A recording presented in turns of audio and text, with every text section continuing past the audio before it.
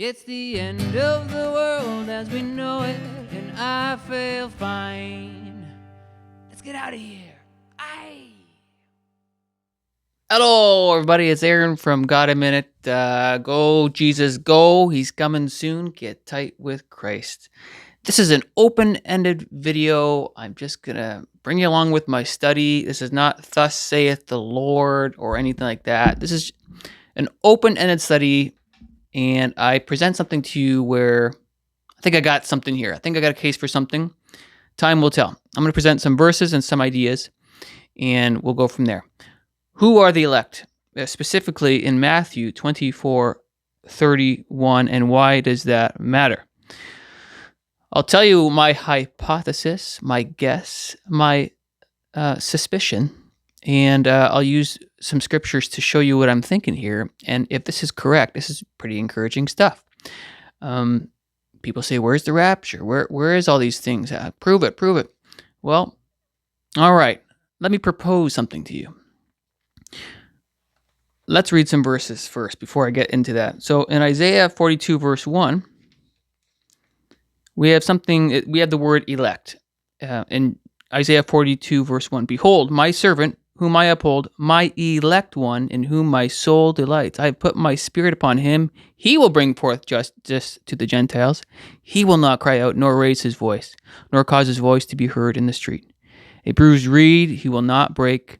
A smoking flax he will not quench. He will bring forth justice for truth. He will not fail nor be discouraged till he has established justice in the earth. And the coastlands shall wait for his law. So this elect, my elect one, this seems to be pointing to Jesus. So we've got a Jesus chosen one. Elect means chosen. Okay? All right. Is there another place where we see the word elect to a person or persons? Isaiah 45, verse 4.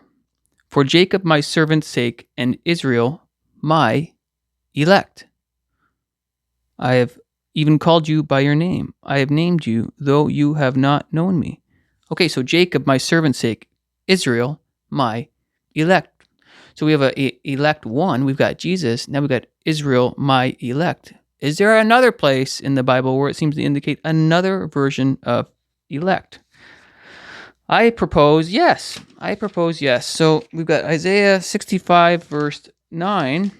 I will bring forth descendants from Jacob and from Judah, and heir of my mountains. My elect shall inherit it, and my servants shall dwell there. This seems to indicate that the church is also the elect. So let me summarize my thoughts here.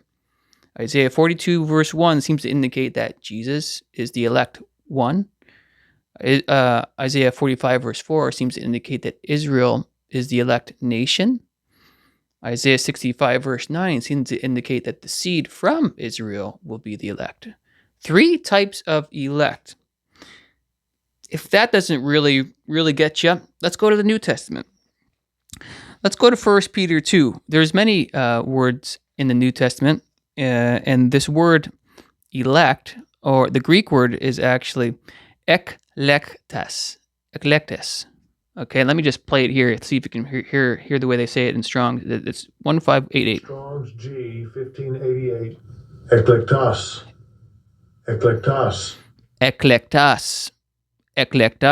Okay, the elect.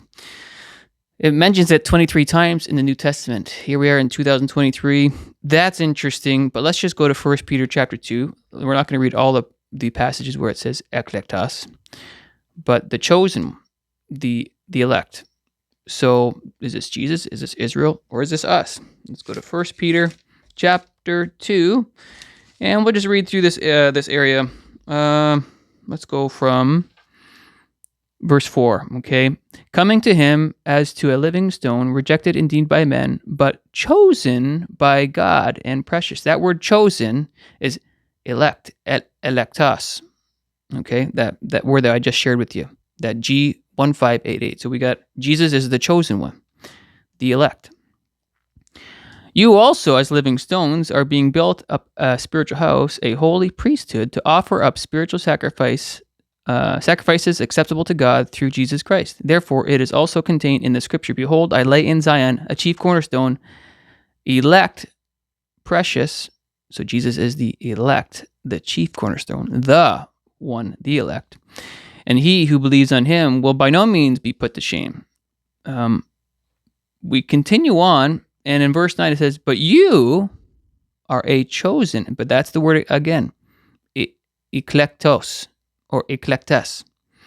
But you are a chosen generation, an elect, a royal priesthood, a holy nation, his own special people, that you may proclaim the praises of him who called you out of darkness into his marvelous light, who once were not a people, but are now the people of God, who had not obtained mercy, but now have obtained mercy.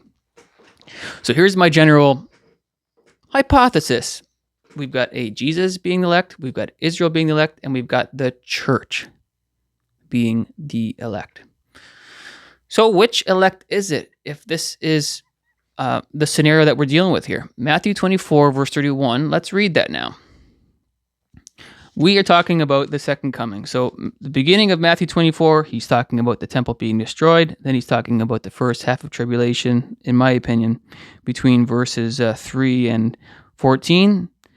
The next paragraph, Matthew 24, 15 through 28, in my opinion, is talking about the second half. It's talking about the abomination of desolation. And then the next paragraph, Matthew 29 and on, is talking about the second coming. Verse 29, it says, immediately after the tribulation of those days, the sun will be darkened, and the moon will not give its light. The stars will fall from heaven, and the powers of the heavens will be shaken. Then the sign of the Son of Man will appear in heaven, and then all the tribes of the earth will mourn, and they will see the Son of Man coming on the clouds of heaven with power and great glory. Okay, here's the fun verse that I really wanted to get to, but I had to sort of build it up until this verse. And he will send his angels with a great sound of a trumpet, and they will gather together his elect, his chosen ones, from the four winds and from one end of heaven to the other. Did you hear that? From one end of heaven to the other. Did you hear that? His chosen ones from one end of heaven to the other. Mark 13, when it's talking about this, I'll go to that verse, and this is Mark 13, 27, and then he will send his angels and gather together his elect from the four winds, from the farthest part of earth to the farthest part of heaven. So wait a second.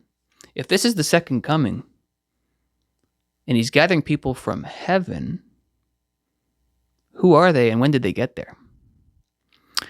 I propose that this is talking about he's gathering the church that has already been up there in the clouds and bringing them back with him. Right? So let's go to Revelation 17.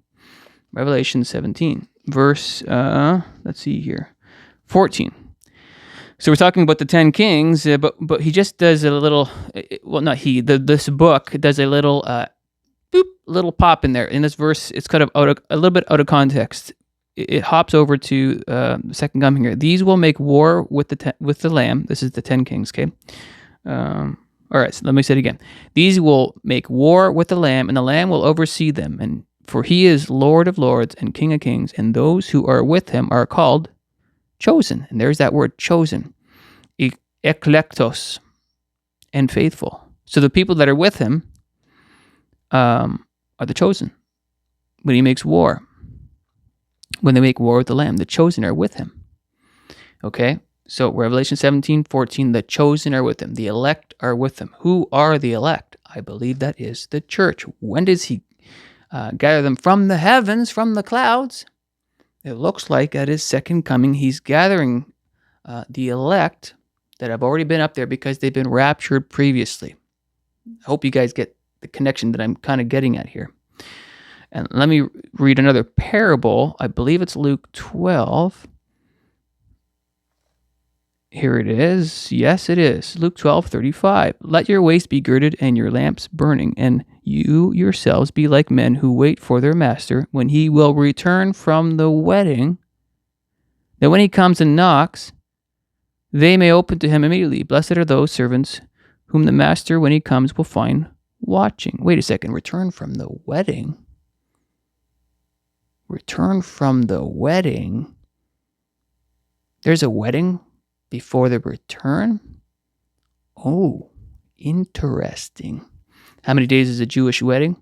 Or a Galilean wedding, I should say? 7 days. So let me summarize my thoughts here again. So it looks to me that we've got an elect one, which was Christ, an elect nation to work through Israel, and an elect church that came and was birthed basically after Christ ascended. Okay? I believe that there are three groups. There's a raptured group, there's a tribulation saint group, people that convert during the tribulation, and we've got this third group, the nation of Israel in general. Nobody can get to heaven without going through Jesus. Every single person that would be considered the elect in heaven is people that have accepted and believed in Jesus Christ as their Savior. So in this context, he gathers the elect from heaven. It has to be Jesus believers. So they would have already had to go before the second coming. If that makes sense. I hope that makes sense. So there's more scriptures I can share, but I think I just wanted to get this ball rolling. That Matthew 24:31, to me, seems to represent that he's gathering the church that has already been up there for 7 years and coming back with him as per Revelation 17:14, as well as Revelation 19. But Revelation 17:14, that verse gives us that just a little extra detail that he's bringing his chosen ones with him. He's bringing his elect with him. Okay. Let me know what you guys think. This is an open thought. This is not thus saith the Lord. I'm willing to change my perspective as always. Love you guys very much. Hopefully we fly soon. And my thoughts, I love this summer in general. I've got a lot of ideas on when it could happen. But for now, keep on looking up. I love the Leo thing, guys. I just love the Leo thing. The sun's over there mid-August. Yeah, that's when I really like it. But we'll see what happens in the next couple days. Love you. Go, Jesus, go. Te carece. Bye. Hallelujah, hallelujah.